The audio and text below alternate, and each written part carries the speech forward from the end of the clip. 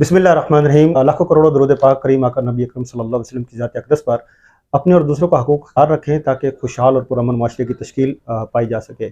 आज मेरे साथ जो मेरे मेहमान हैं, सेक्रेटरी इत्तलात हैं पाकिस्तान अवामी तहरीक के। हम उनसे जानना चाहेंगे कि पाकिस्तान अवामी तहरीक ने जो मुमकिन सूबाई इलेक्शन होने जा रहे हैं, उनमें इलेक्शन लड़ने का एक फ़ैसला किया है।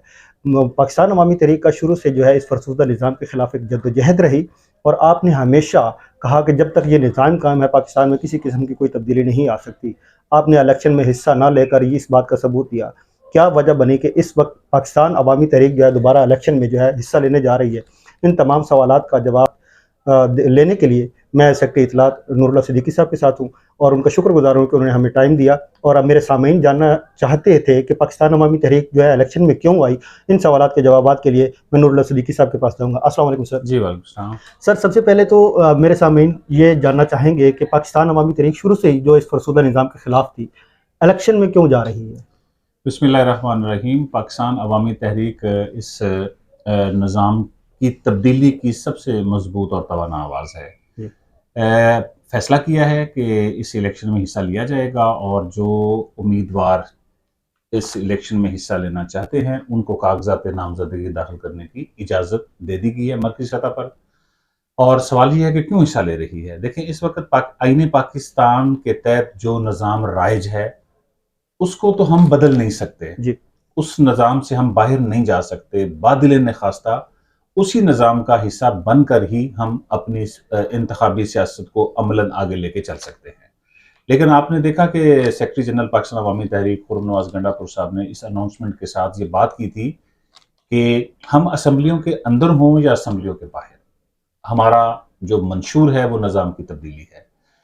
आज हम देख रहे हैं कि ये निज़ाम जो है इसने गुर्बत में इजाफ़ा किया है, इसने महंगाई में इजाफ़ा किया है, इसने इंसानी हकूक़ के मामले में पाकिस्तान को दुनिया भर में बदनाम किया है। और इसी तरह अनएम्प्लॉयमेंट को हम देखें तो पिछले दहाइयों की निस्बत आज इसकी रेशो बहुत ज़्यादा है। जी। अगर हम अपनी ज़रई पैदावार को देखें तो उसके अंदर भी एक बहुत खौफनाक डिक्लाइन है। अभी इन 7-8 महीने अगर हम इसका एनालिसिस करें तो ये पाकिस्तान की तारीख के बदतरीन इकोनॉमिक साल है। जी। इसमें चावल पाकिस्तान की एक बहुत बड़ी एक्सपोर्ट थी, उसके अंदर 38% तक कमी आई है। यहाँ तक कि बैरूनी दुनिया के से ताल्लुक़ रखने वाले जो पाकिस्तानी हैं वो भी ज़र मुबादला के ज़खायर जो है उनके अंदर इन 8 महीनों में $2 अरब की कमी वाक़ई हुई। कहने का मकसद ये है कि ये जो पार्लिमानी जमहूरी निज़ाम हम एक्सरसाइज कर रहे थे पिछले 4-5 दहाइयों से, वो बुरी तरह नाकाम हो चुका है। लेकिन हमारे पास ऑप्शन क्या है कि अगर हम इस मरकजी धारे से अलग थलग रहते हैं तो हमारी आवाज़ जो है वो भी कट जाएगी। जी। हम इस निज़ाम का हिस्सा बनकर इस निज़ाम के खिलाफ जो है आवाज़ है वो उठाते रहेंगे, और इंशाअल्लाह ताला अब ज़्यादा दूर की बात नहीं है। ये जो निज़ाम है ये मुंह के बल गिरेगा, और इंशाअल्लाह ताला इसको संभालने वाले ही इस निज़ाम से नजात का कोई रास्ता निकालेंगे। और पाकिस्तान के अवाम तो इस निज़ाम से इस कदर बददिल हो चुके हैं कि वो चाहते हैं कि कोई ऐसा लम्हा आए कि ये निज़ाम दरिया बुर्द हो जाए और उनको जीने का हक मिल जाए। और इंशाअल्लाह पाकिस्तान अवामी तहरीक जो है इस निज़ाम की तब्दीली के लिए, इस निज़ाम को बदलने के लिए असम्बलियों के अंदर और असम्बलियों के बाहर अपना एक भरपूर किरदार अदा करेगा। अच्छा सर, मैं ये जानना चाहूँगा कि ये जो आइन मुअत्तल हुआ है, जैसे आर्टिकल 62-63 की बात जो है डॉक्टर तहलुल कादरी साहब करते थे, फिर उसके ऊपर इम्प्लीमेंटेशन होती है और ये सारी चीज़ें आती हैं। आइन के अंदर रहते हुए आप अपनी जद्दोजहद जारी करना चाह रहे हैं। क्या वो जो शिकें हैं जिसका अवाम को अभी तक नहीं पता, आप उन सारी चीज़ों को दोबारा उजागर करेंगे ताकि अवाम को पता चले कि हमारा आइन जो है उसमें ये सारे निज़ाम की बेहतरी के अवामिल मौजूद हैं जो हमें बताए नहीं जाते? ये बात बिल्कुल दुरुस्त है। आइन के अंदर तमाम चीज़ें मौजूद हैं जिन पर अमल दरामद करके पाकिस्तान एक तरक्की याफ्ता, तहज़ीब याफ्ता और खुशहाल मुल्क बन सकता है। वो तमाम लवाज़मात इस आइन के अंदर मौजूद हैं, लेकिन मसला ये है कि ताकत को ग्रैब कर लिया गया है। कुछ लोगों ने, कुछ अदारों ने, इसमें सारे शामिल हैं, हम किसी एक को पिन पॉइंट नहीं कर सकते।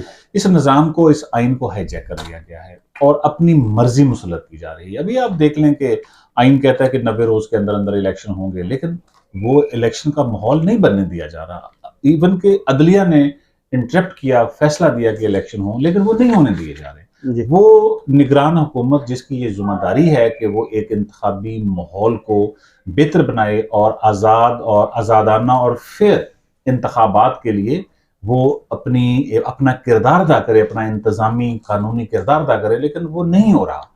वजह क्या है कि यहाँ पर जो फैसले हैं वो अदारों से बालादार होते हैं, आइन और कानून से बालादार होते हैं, और जो जो ताकत में होता है वो आइन को मोम की नाक की तरह जिस जाविये पर चाहे मोड़ लेता है।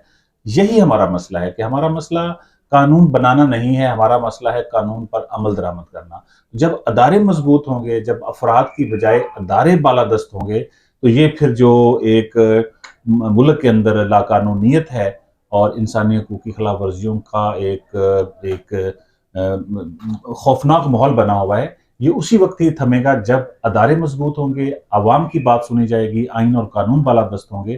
तो ये आइन और कानून की बालादस्ती के लिए ज़रूरी है कि अदारे मजबूत हों। अदारों को मजबूत बनाने के लिए बहुत मेजर सर्जरी की ज़रूरत है।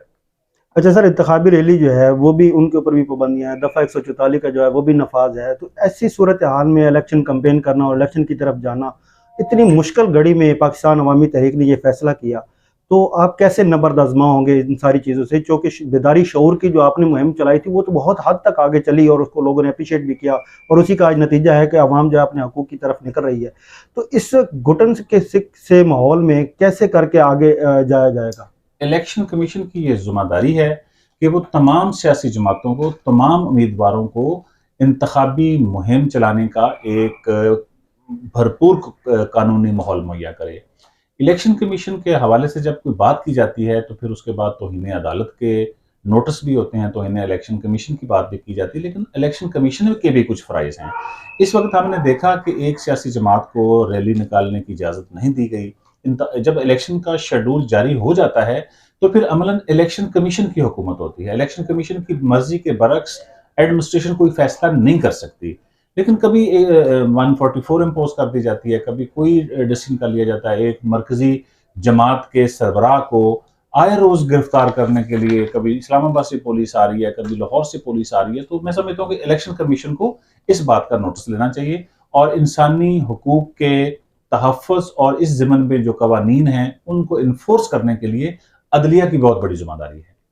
सर, इस हैरानकुन माहौल में इलेक्शन होने जा रहा है, आपके पास कैंडिडेट पूरे पाकिस्तान से आ रहे हैं, आपके पास वो वोट बैंक है जो जिस तरफ जाता है वो विनर पोजीशन में चला जाता है। तो क्या ये जो आपके कैंडिडेट हैं वो इलेक्शन कंटेस्ट कंप्लीट करेंगे?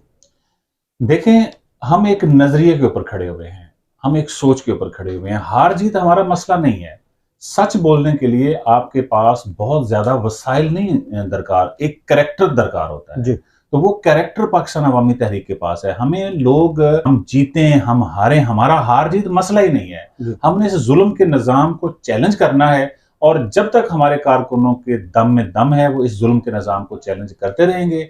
पार्लियामेंट हुकूमत हासिल करना, जोड़ तोड़ करना, किसी की अलाइंस बनकर एक आध वजारत हासिल करना, ये हमारा मसला नहीं है। हमारा मसला है कि इस जालिम और इस्तेहसाली निज़ाम के चेहरे से नकाब उतारना, और ये किरदार की बात है, ये फिक्र की बात है, ये नजरिए की बात है जिसके ऊपर हम खड़े हुए हैं और कोई ताकत हमें इस नजरिए से नहीं हटा सकती। सामीन, आपके सामने ये चंद सवालात जो मैंने रखे, आपको पता है कि पाकिस्तान अवामी तहरीक शुरू दिन से इस निज़ाम के ख़िलाफ़ सबसे मौसर और भरपूर आवाज़ है, और हमेशा ये जो निज़ाम जिसमें अवाम पाकिस्तान को बुनियादी सहूलियात नहीं मिलती, अवाम को जो है जीना दो भर किया गया है, सेहत, एजुकेशन, तमाम तर मामला जो अवाम से रिलेटेड है उनकी बात कोई भी नहीं करता, सिर्फ अपने इक़्तिदार की और वडेरा शाही की। और ये जितने भी लोग हैं माफियाज वो इलेक्शन पे काबिज हैं। जब पाकिस्तान अवामी तहरीक ने देखा कि ये निज़ाम जो है ये अपने पंजे गाड़ रहा है और कोई मौसर आवाज़ नहीं आ रही, तो फिर उन्होंने फिर अपना अलम बुलंद किया है और पाकिस्तान अवामी तहरीक ने सूबाई इलेक्शन में जो है इलेक्शन कंटेस्ट करने का एक फैसला किया है। देखते हैं कि नबर्द आज़मा कैसे होते हैं। पाकिस्तान के अल्लाह ताला खैर वाफियत फरमाए, पाकिस्तान के अल्लाह पाक हिफाजत फरमाए। अपना और चैनल का ज़रूर ख्याल रखें। मुझे इजाज़त, अस्सलाम वालेकुम।